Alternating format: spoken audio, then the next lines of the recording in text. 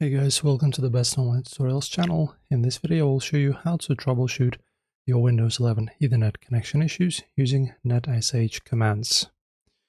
Okay, so I will show you mainly two commands. There are more, but these will be most valuable. So before we begin, just open up your start menu and then type in cmd and then make sure to press this run as administrator. And this is going to be where we will work.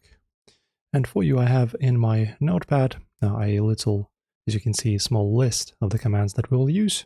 Okay, so the first one is this one. You can just insert it yourself. It's not hard to type in. So this will wipe out the Windows Sockets API catalog, which handles all data routing for your apps.